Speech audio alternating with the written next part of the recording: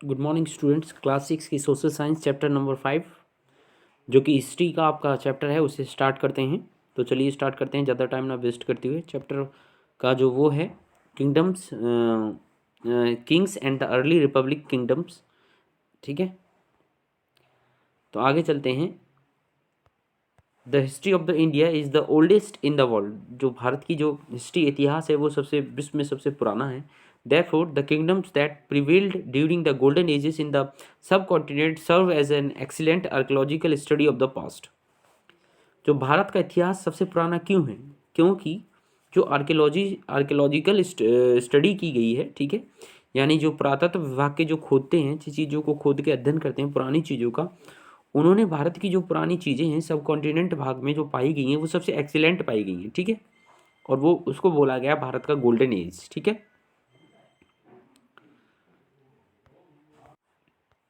Students अगला है the ruler chosen by the people of India to rule their cities around 3000 years ago were significantly different from the ways of raja were decided around 50 years ago।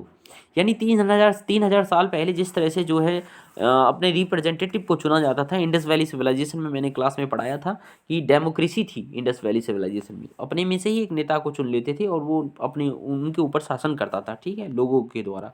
लेकिन जो 50 साल पहले अगर हम राजाओं का दौर देखें, 50 साल पहले की घटना भी अगर हम देखें, सन 1947 से 50 साल पहले की घटना, या जब राजाओं का दौर था, आप ये समझ लीजिए, तो तब जो है डेमोक्रेसी थी नहीं। ठीक है, 3000 साल पहले थी लेकिन 150-200 साल पहले डेमोक्रेसी नहीं थी। आगे चलते हैं। सिलेक्टिंग अ सिटी और टेरिटरीज रूलर्स और a leader by the people of the city through the voting as we know the today. अभी हम लोग कैसे सेलेक्ट करते हैं? एक टेरिटरी होती है, एक निर्वाचित क्षेत्र होता है जिसमें लोग वोटिंग करते हैं और उसके द्वारा जो है एक लीडर जो है सेलेक्ट कर लिया जाता है। Was not practice in the Indian सब continent until 50 years ago।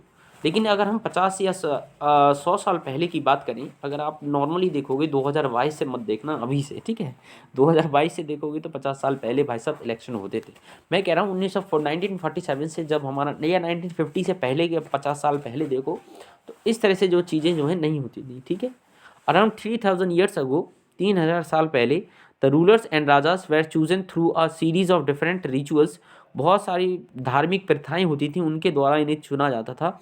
The man were recognise as raja by performing immense sacrifices during that period. बहुत सारे राजा का मतलब होता था जिस व्यक्ति ने बहुत सारे सेक्रीफाइस दिए हैं, लेकिन ऐसा नहीं होता था।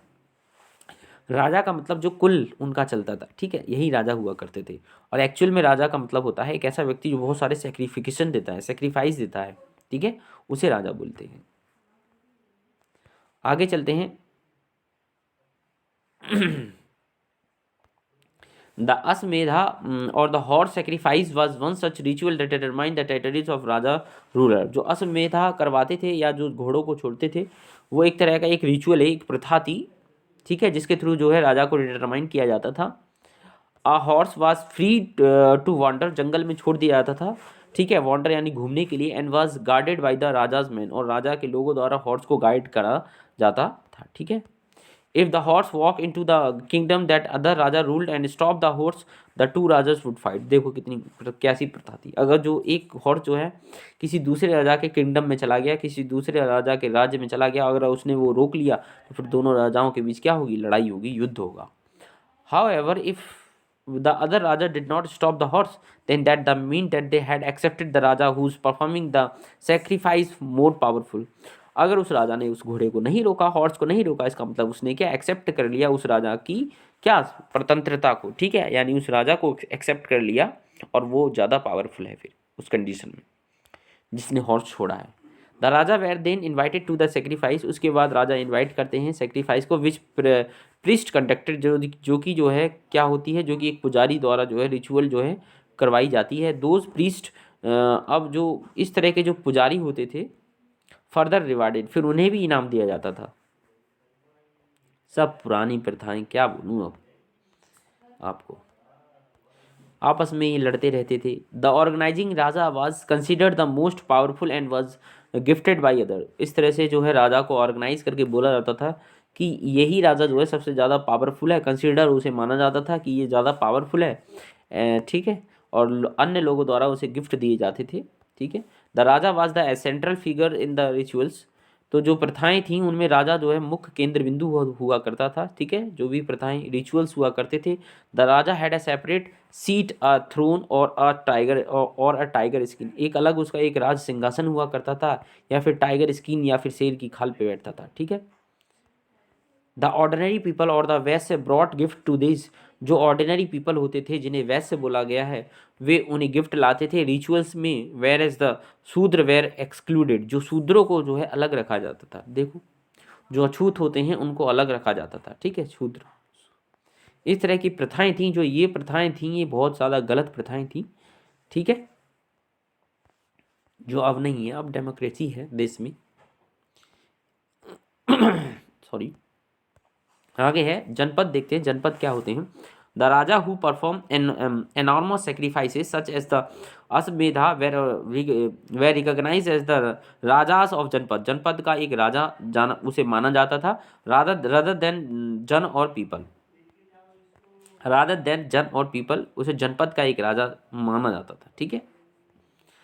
द वर्ड जनपदा, जो जनपद वर्ड आया है, मीन्स द लैंड, उस जमीन से है, वेयर द जन और द पीपल या लोग set their foot and are settle down, जहाँ झुक जाते हैं या रुकते हैं, ठीक है। Therefore these rajas were the ruler of the land, इस तरह से जो राजा हुए वे इस तरह से उस जमीन के क्या हुए, रूलर हुए, शासक हुए, ऑफ द पीपल, और लोगों के भी शासक हुए, ठीक है, rather than only of the people. Archaeologist have excavated several settlements in this janapada, उन्होंने बहुत सारी चीज़ों को खोजा, ठीक है, आर्कियोलॉजिस्ट ने, पुरातत्व शास्त्रियों ने। दो सेटलमेंट्स इंक्लूड द पुराना किला इन दिल्ली, ठीक है, हस्तिनापुर लोकेटेड नियर मेरठ, ठीक है, ये सब चीज़ें आपको पता ही हैं, एंड द और ये है आपका अतरंजी खेरा नियर एटा इन उत्तर प्रदेश। इस तरह से जो है, जो आर्कियोलॉजिस्ट हैं उन्होंने चीज़ों को खोजा है, ठीक है।